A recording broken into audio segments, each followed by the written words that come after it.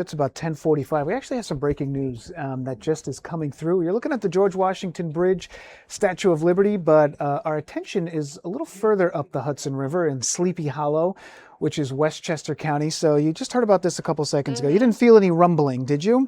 Okay, No. so we didn't feel any rumbling here on the Upper East Side, but word is that we're just getting some information in that there was a 2.3 magnitude earthquake in Sleepy Hollow. I know you're not a geologist, but in general, you have some general information. Sometimes, how do these things happen? I mean, there's the fault lines, the tectonic plates. I mean, what are we sort of looking at here, Liv Johnson, when we talk about this? Built up stress. Hmm. Kind of like what happens in humans, and then you kind of erupt one day if you Yeah. have too much built up stress. Yeah, for areas that are along fault lines.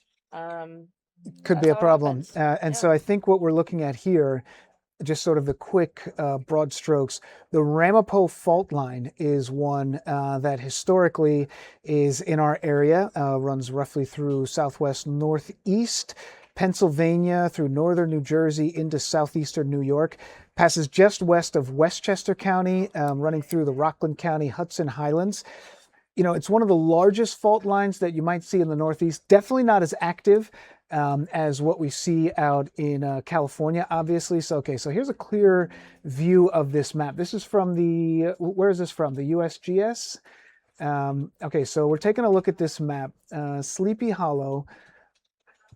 Tyler, can you slide over just for a second? Okay, so Sleepy Hollow, one earthquake in the past 24 hours, one in the last 7 days, one in the last 30 days, five in the last 365 days. So today, you see that in the top corner, the largest earthquake in Sleepy Hollow today, 2.3. That's the magnitude of the earthquake that we're talking about here. Just in context, a lot of people have heard of Sleepy Hollow because that's where they have the haunted, cemetery, Right. and everything like that. So it's a pretty densely, I don't say densely populated, but it's a popular area. It kind of has a great little downtown. Yeah.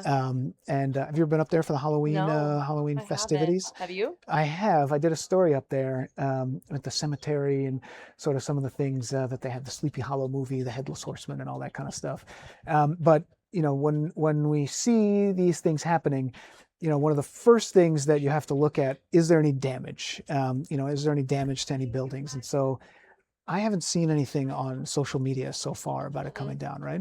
No, I mean 2.3 magnitude is unlikely that it would cause any Right, damage. Yeah, or right. even really that you'd feel it, honestly. Okay, so that is certainly something that we have to keep track of.